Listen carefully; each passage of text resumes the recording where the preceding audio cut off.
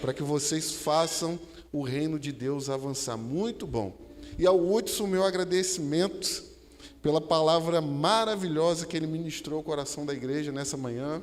Pude acompanhar pelo YouTube. Deus continue abençoando a sua vida, meu irmão. Benção, uma benção.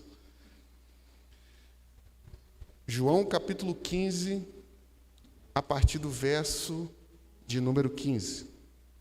Verso de número 1. Quem achou, diga amém. Diz assim a palavra do Senhor: Eu sou a videira verdadeira, e o meu Pai é o lavrador. Todo ramo que, estando em mim, não der fruto, ele o corta. E todo o que dá fruto, ele limpa, para que produza mais frutos ainda. Vocês já estão limpos, por causa da palavra que lhes tenho falado. Permaneçam em mim, e eu permanecerei em vocês. Como o ramo não pode produzir fruto de si mesmo, se não permanecer na videira, assim vocês não podem dar fruto, se não permanecerem em mim. Eu sou a videira, vocês são os ramos. Quem permanece em mim e eu nele, esse dá muito fruto, porque sem mim vocês não podem fazer nada. Se alguém não permanecer em mim, será lançado fora, à semelhança do ramo, e secará.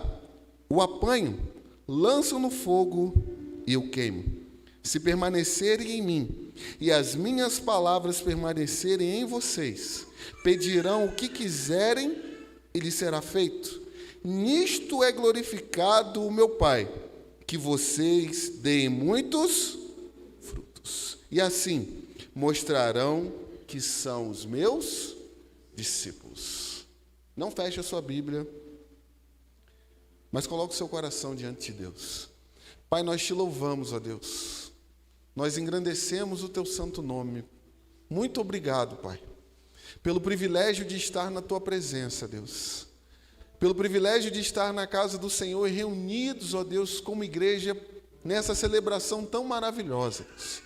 E agora, quando estamos diante da tua palavra, necessitados, ó Pai, de ouvir a sua voz e de ser orientados pelo Senhor, nós te pedimos mais uma vez que o Senhor ache lugar em nosso coração e que essa palavra, Pai, possa vir como uma boa semente, entrar no nosso ser e frutificar para a glória do Senhor. Abra o nosso entendimento, ilumina a nossa mente e fala, Deus, porque os teus servos ouvem, em nome de Jesus. Amém. Meus irmãos, permanecer para frutificar. Permanecer para frutificar. Uma das grandes dificuldades que enfrentamos nesse mundo pós-moderno é que nós estamos vivendo uma grande transição dos tempos. Nós estamos passando, e se você observar comigo, de uma realidade sólida, firme, em que os valores e os conceitos que nós carregamos ao longo da história eram completamente imutáveis, porque cada um deles era sólido. E nós estamos passando desse período de solidez para viver uma realidade e uma mentalidade líquida e passageira. Note comigo, irmão, que os relacionamentos que nós construímos nos dias de hoje são totalmente líquidos. Da mesma forma ou da mesma rapidez que eles se iniciam, eles têm uma facilidade tremenda de chegar ao fim, porque temos hoje uma mentalidade líquida. Mas pare para perceber comigo também, por favor, que os nossos projetos de vida, muitas das vezes, eles são líquidos. De repente, salta o nosso coração uma ideia mirabolante para direcionar a nossa vida, para conduzir a nossa jornada, para encaminhar os nossos passos nesse mundo. Entretanto, por estarmos vivendo em uma mentalidade completamente líquida, Da mesma forma rápida que esses planos chegam ao nosso coração, eles também vão embora. Mas observe comigo também, por favor, que a nossa fé, infelizmente, irmão, ela tem se tornado líquida. Porque muitas pessoas, por coisas comuns, por coisas simples, por coisas que não levam a lugar nenhum, têm abandonado a sua fé e não têm permanecido na fé e na firmeza que o Evangelho requer de cada um de nós, porque estamos vivendo uma mentalidade líquida, extremamente líquida. E esse texto que está diante de nós nessa noite, esse texto que você conhece muito bem, e que é extremamente precioso para nós, mostra-nos Jesus, o mestre dos mestres, o mestre por excelência, mostrando para mim e para você a grande necessidade que eu e você temos de permanecer firmes nele, para que a partir dessa realidade, eu e você, a gente possa gerar muitos frutos para a glória do teu santo nome.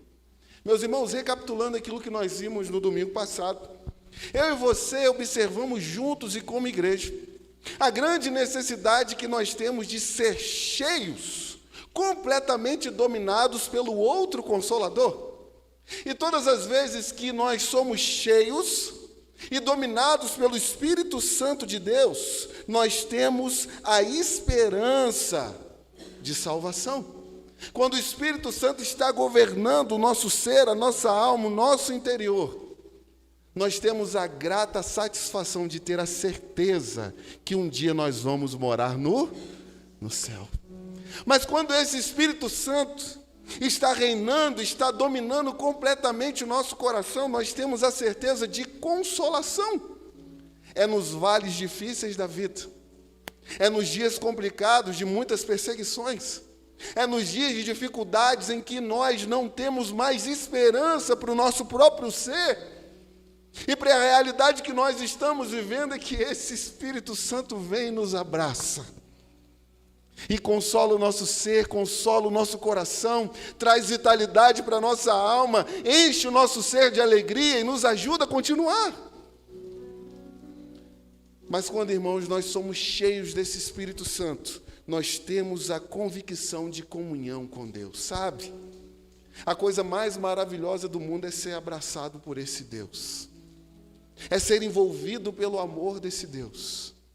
Independente se pessoas nos abandonaram, independente se pessoas viraram as costas para nós, independente se ninguém liga para nós, o amor desse Deus preenche todas essas necessidades e nós temos a convicção que de fato nós somos amados quando estamos cheios do Espírito Santo de Deus.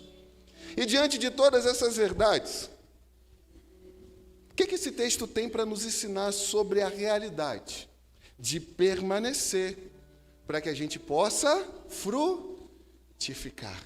Então, com a sua Bíblia aberta, considere comigo, por favor, o primeiro ponto da nossa reflexão nessa noite. E a primeira coisa que eu quero considerar com você, e quero muito a sua atenção, é que para que a gente possa gerar frutos, algumas coisas precisam ser tratadas em nós. Para que eu e você possamos gerar frutos para esse Jesus, algumas coisas, algumas realidades em nossa vida precisam ser tratadas. Olha o verso de número 1, por favor. Eu sou a... Vocês estão comigo? Por favor. Eu sou a verdadeira. E o meu Pai é o lavrador. Se você perceber comigo, durante todo esse evangelho de João, Jesus vai usar de figuras para que através das figuras ele possa mostrar para nós um pouco mais da realidade do seu caráter. E quando nós observamos toda o desenrolar desse evangelho, Jesus vai dizer assim para nós: eu sou o pão da vida. Ele vai dizer para nós: eu sou a luz do... Ele vai dizer para mim e para você: eu sou a porta. Mas ele vai dizer para mim e para você também: eu sou o bom pastor. E como se não bastasse verdades tão preciosas e profundas para a nossa alma, esse Jesus também diz para nós: eu sou a ressurreição e a vida. E nós vimos alguns domingos atrás que esse mesmo Jesus, através dessas figuras, diz para mim e para você: eu sou o único caminho, a verdade e a vida. E agora, quando chegamos quase no fim desse evangelho, Jesus vira para os seus apóstolos na Páscoa, dentro do cenáculo, olhando nos olhos deles, ensinando as últimas lições, e diz a seguinte palavra: eu sou a videira verdadeira. E quando Jesus mostra para nós que Ele é a videira verdadeira, é só a partir da realidade de estarmos completamente ligados a Ele que eu e você conseguimos gerar frutos. E a primeira lição que eu quero tirar com você nesse primeiro ponto é que esse lavrador, se Jesus é a videira, o texto diz para nós que o Pai é o lavrador. A primeira lição que surge diante dos nossos olhos é que esse lavrador é extremamente cuidadoso conosco. Olha o verso de número 2, por favor. Todo ramo que estando em mim não der fruto, ele faz o que, irmãos? Corta. E todo que dá fruto, ele limpa, para que produza mais frutos ainda. Jesus deixa claro para mim e para você que não existe a possibilidade de existir dois tipos de ramos nesse texto. Não existe a possibilidade de existir dois ramos nesse mundo. Só existem dois tipos de ramos: aqueles que dão frutos e aqueles que não dão. Mas o que é interessante que eu e você percebamos nessa noite é que todos esses frutos, todos esses ramos, melhor dizendo, tanto aquele que não dá fruto como aquele que gera fruto, está ligado a quem? A videira. Mas a primeira coisa que eu quero que você grave no seu coração, é que esse lavrador, ele tem um tratamento especial para cada tipo de ramo. E você precisa observar comigo que muitas das vezes, entenda isso, irmão, em nome de Jesus, para que eu e você comecemos a gerar frutos, ele precisa nos podar. A melhor tradução para essa palavra que diz cortar aí seria levantar. E a partir da realidade de levantar, começar a podar. Sabe, muitas vezes na nossa vida, existem partes do nosso ser, na nossa realidade de vida, que roubam a vitalidade do nosso ser para que a gente possa gerar frutos. E essas coisas que impedem que eu e você demos frutos, o lavrador, ele começa a podar. Ele começa a podar. Meus irmãos, muitas vezes, por amor, ele começa a tirar de nós alguns sonhos que não têm nada a ver com os propósitos dele. Muitas vezes, por amor a nós, ele começa a tirar das nossas vidas alguns relacionamentos. E algumas pessoas que você fala assim: meu Deus, como essa pessoa saiu da minha vida? Como essa pessoa foi tirada do meu convívio? Como essa pessoa que era, a princípio, tão importante para mim, foi tirada? Porque o lavrador, ele precisa retirar algumas coisas para que eu e você demos frutos. Mas muitas das vezes, meus irmãos, por amor, esse lavrador, na intenção de que eu e você comecemos a gerar frutos para ele, ele começa a tocar na nossa saúde. Ele começa a tocar no nosso bem-estar. Ele começa a tocar no nosso conformismo da vida diária, para que a partir disso a nossa atenção seja despertada e eu e você comecemos a gerar frutos. Quando nós olhamos, por exemplo, para a história de José. Jovem sonhador, cheio de projetos, cheio de ideais. Alguém que, às vezes, na sua inocência, despertou a inveja dos seus irmãos. E, de repente, todos os sonhos, projetos e ideais que José tinha para a sua vida foram caindo por terra. Os seus irmãos o jogaram numa cova. Depois de jogarem ele numa cova, ele foi vendido para o Egito. E quando chegou lá, ele foi comprado por Potifar. E na casa de Potifar, ele foi acusado injustamente de estupro. E depois disso, ele teve que vivenciar a realidade de passar 2 anos inteiros na prisão. E talvez o grande questionamento que vinha no coração de José era o seguinte: onde estão os meus planos? Onde estão os meus sonhos? Mas em todo aquele processo, Deus estava podando José, para que depois de toda aquela poda, ele se tornasse o governador da maior nação do mundo e gerasse muitos frutos. Porque muitas das vezes, irmão, entenda uma coisa: a tesoura do podador vai passar sobre as nossas vidas. A tesoura do podador vai passar na nossa realidade, para que eu e você possamos abrir os nossos olhos e comecemos a gerar frutos. Quando nós olhamos para a vida do apóstolo Paulo, um homem santo, irmãos, talvez a pessoa mais importante do cristianismo depois do nosso Senhor Jesus Cristo, em meio às suas lutas, ao seu ministério, em 2 Coríntios capítulo 12, verso de número 7, Paulo estava vivenciando uma realidade completamente dolorida. Ele clama a Deus muitas vezes para que Deus retire um espinho que estava na sua carne, algo que estava doendo, algo que estava machucando.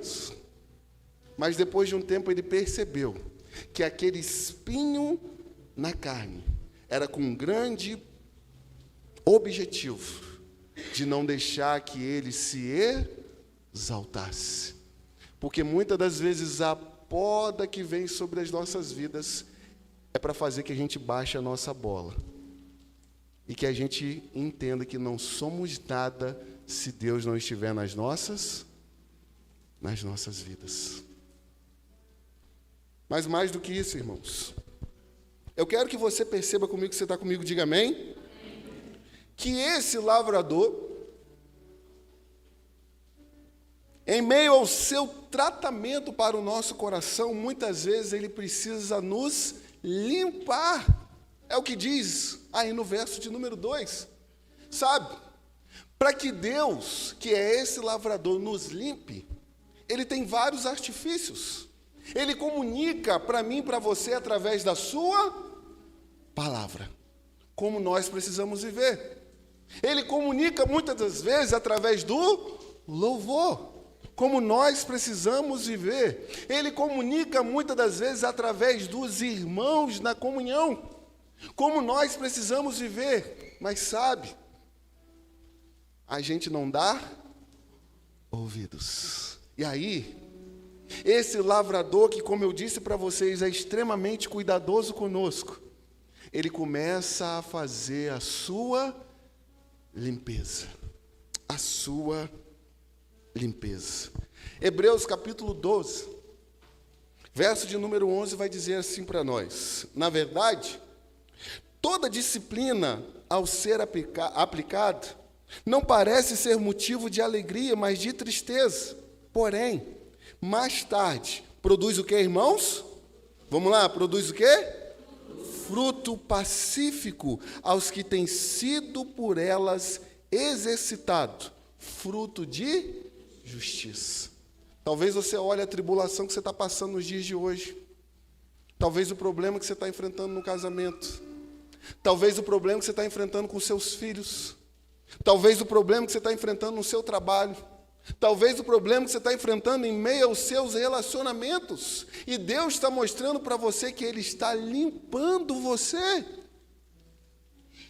Porque o objetivo final dele é que eu e você, a gente dê muitos frutos.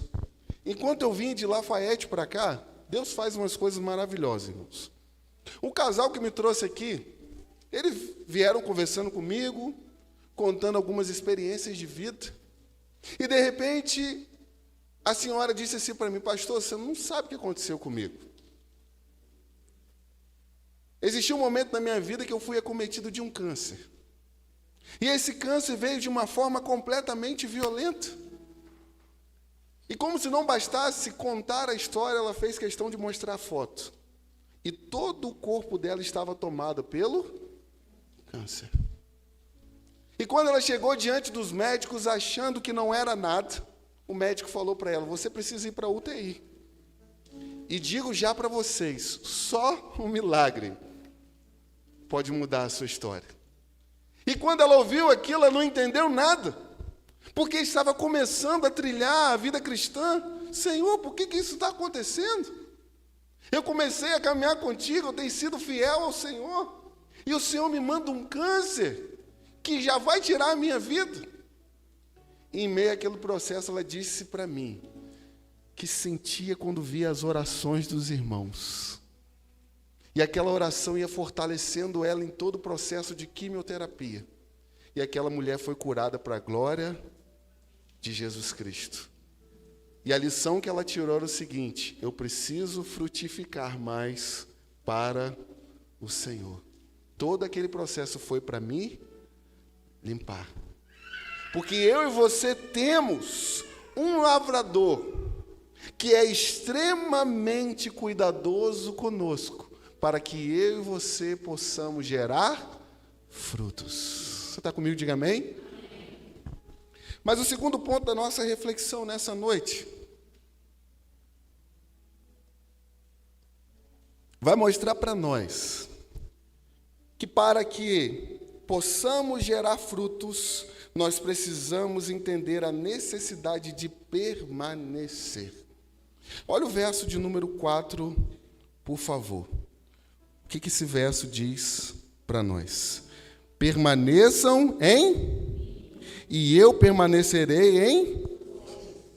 Como o ramo não pode produzir fruto de si mesmo, se não permanecer na videira, assim vocês não podem dar frutos, se não permanecerem em mim. Eu acho maravilhoso da parte de Jesus que quando chega nesse período do seu ensino, ou nesse momento do seu ensino, ele é extremamente categórico e enfático nas suas palavras. Ele começa a dizer para os discípulos e principalmente para os apóstolos que ali estavam com ele, ele deixa claro que fora dessa videira a nossa vida, meus irmãos, entenda isso em nome de Jesus nessa noite, é completamente inútil. A nossa vida desligada dessa videira é completamente inútil, não tem valor algum, porque fora da videira nós não podemos gerar frutos. E a primeira lição que nós aprendemos nesse segundo ponto é que uma vida longe de Jesus é vazia, sem sentido e seca. Olha o verso de número 6, por favor. Esse verso diz assim para nós: se alguém não permanecer em mim, será lançado à semelhança do ramo e fará o quê? Secará. Começa a secar. Começa a perder a seiva. Começa a perder o propósito. Eu e você vivemos numa geração hoje mais vazia de sentido para a vida. Quantas pessoas que eu e você conhecemos que não sabem para que existem? Quantas pessoas que eu e você conhecemos que não sabem o para que estão nesse mundo? Para que estão trilhando essa jornada? Para que estão fazendo parte da realidade dessa vida? E por não ter sentido para a sua vida estar fora da videira, essas pessoas vivem tão somente por viver. Eu vou vivendo, vou tocando a vida. E como diz uma música popular, vou deixando que a vida vai me levar. Mas você vai perceber comigo que muitas pessoas vivem nesse mundo sem sentido tão somente para alimentar o seu ego. Se você quiser ter o seu ego apalpado, basta você procurar os coaches dos dias de hoje. que mesmo sem objetivo para dizer, eles vão dizer que você é um fenômeno. Eles vão dizer que você é a melhor pessoa desse mundo. Que você é um gigante tremendo, mas mesmo assim você não encontra sentido para viver. E nós vivemos numa geração hoje que busca de maneira desenfreada anestesiar os seus sofrimentos. Sabe, irmãos? Existem muitas pessoas doentes emocionalmente hoje. E para curar essas feridas, elas tentam anestesiar o problema. Elas tentam fingir que nada está acontecendo. Elas tentam fingir que não está doendo, que não está machucando, que não está ferindo. E vão vivendo a vida por viver. Mas, em último lugar, você vai perceber comigo que muitas pessoas vivem escravas das suas emoções a curto prazo. Você e eu vivemos, melhor dizendo, na época do fast food. Alguns antigos que se fazem presente aqui conosco, muito mais experientes que nós. Antigamente, quando saíam para jantar, adentravam um restaurante, pediam a comida e tinham toda a paciência para esperar aquela comida ficar pronta. Mas hoje, a gente quer prazer de forma tão rápida, que se o lanche demorar 5 minutos, a gente já começa a ficar desesperado. Se a pizza que nós pedimos não chegar no tempo que foi combinado, a gente já entra em desespero. Porque eu e você queremos, a todos os momentos, emoções a curto prazo. E por emoções a curto prazo, ministérios têm sido enterrados. Por emoções a curto prazo, casamentos têm acabado. Por emoções a curto prazo, carreiras têm sido jogadas no lixo. Por emoções a curto prazo, pessoas têm perdido o sentido da vida. Porque longe da videira, esse ramo ele seca, ele murcha e ele morre. Jeremias capítulo 17, verso 13 e 14 diz assim para nós: ó Senhor, esperança de Israel, todos aqueles que te abandonam serão envergonhados.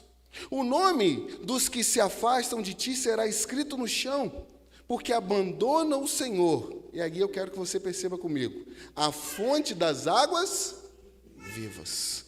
Cura-me, Senhor, e serei curado. Salva-me, Senhor, e serei salvo. Porque longe da videira, eu e você vamos secar. Eu e você vamos secar. Mas a segunda lição que eu quero aprender com você nesse segundo ponto, está comigo? Diga amém. Permanecer em Jesus é vital para que eu e você experimentemos o seu amor.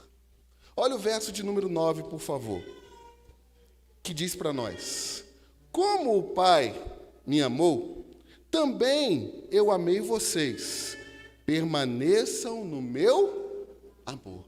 Como você percebeu comigo, eu fiz questão de enfatizar, é que eu e você precisamos experimentar esse amor de Deus. Mas para que isso seja realidade na vida de cada um de nós que está presente aqui, nós precisamos ser constantes no nosso relacionamento com Deus. E se nós temos a convicção, e se nós observamos que vivemos em uma cultura de consumo, esse ambiente, meus irmãos, ele pode ser até uma cilada para nós. E aqui eu quero explicar. Sabe? Você pode vir aqui à igreja, você pode vir aqui ao culto e experimentar um momento de arrebatamento no louvor. Você pode vir aqui à igreja, você pode vir aqui ao culto e experimentar um momento de graça em que a palavra toca o seu coração. Você pode vir aqui à igreja e seu coração ser tomado de uma esperança que é maravilhosa. Todavia, o fato de nós não sermos constantes e permanecemos, terça-feira a gente já não lembra mais de... Não, vamos lá. Terça-feira a gente já não lembra mais de de nada que a gente ouviu, de nada que a gente cantou, de nada que a gente experimentou. Porque nos falta constância para experimentar o amor de Deus. O apóstolo Paulo, se dirigindo aos crentes de Tessalônica, em 2 Tessalonicenses, capítulo 3, verso de número 5, ele vai dizer as seguintes palavras: que o Senhor conduz o coração de vocês ao amor de Deus, e o que está escrito aí?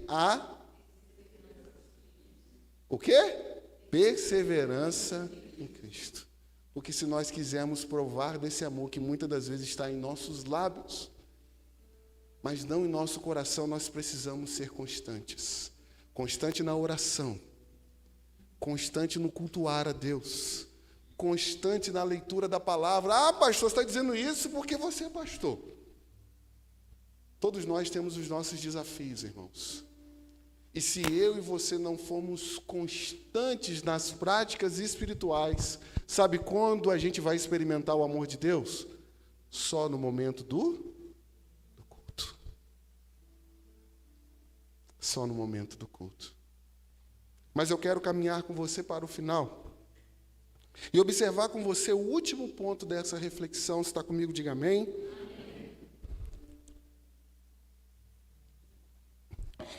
Que tipos de frutos esse lavrador, e poderíamos dizer a própria videira, espera de mim e de você? Olha o verso de número 8, por favor.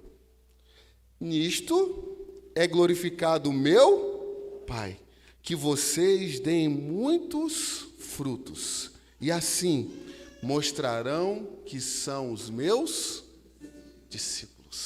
Se você observou na leitura, ele não vai dizer para as pessoas que servem a ele que nós seremos conhecidos como discípulos dele por causa da nossa fala e da nossa teoria. Nós não seremos conhecidos como discípulos dele pelas nossas postagens na rede social. Nós seremos conhecidos como discípulos dele se nós dermos muitos frutos. E o primeiro fruto que Jesus espera de mim e de você nessa noite é frutos dignos de arrependimento. Quando as pessoas aceleradamente procuraram João Batista para ouvir a sua voz, enquanto João Batista apontava o pecado de todas as pessoas, o erro de todo mundo, aquelas pessoas não eram incomodadas porque traziam no seu coração: nós somos filhos de Abraão. Mas João Batista disse assim: raça de víboras, quem vos induziu a fugir da ira vindoura? Produzam, pois, frutos dignos de arrependimento. Não basta dizermos que somos cristãos, não basta frequentarmos essa igreja, a gente precisa viver vidas que glorifiquem a Deus lá fora. A gente precisa viver vidas que as pessoas olham para nós e dizem assim: meu Deus, ali vai um discípulo de Jesus. Sabe, irmãos, uma coisa que eu tenho questionado no meu coração: se retirarem eu e você do contexto que nós estamos hoje, que diferença vai fazer? Se tirarem você do seu trabalho, que diferença vai fazer de influência como sal e luz?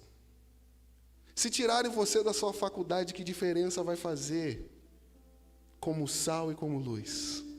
Se me tirarem daqui como pastor da igreja, que diferença vai fazer como sal e como luz? Porque eu e você fomos chamados para dar frutos. Para dar frutos. Mas a segunda coisa que esse texto, e eu quero levar você a refletir, é que ele espera de nós frutos de um caráter transformado.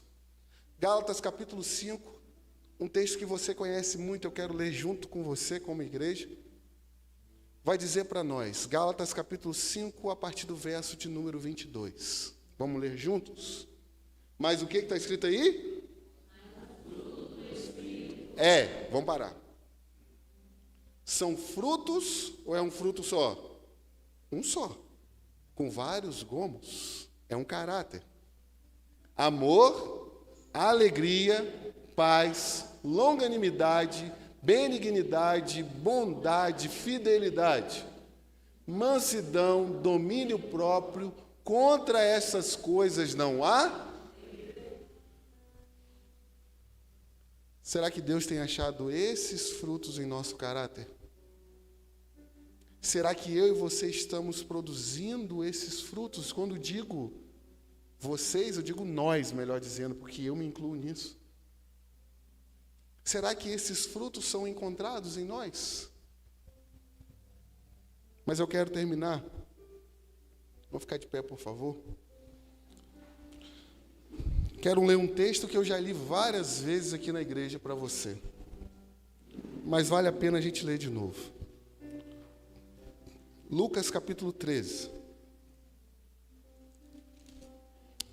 Lucas capítulo 13, a partir do verso de número 6.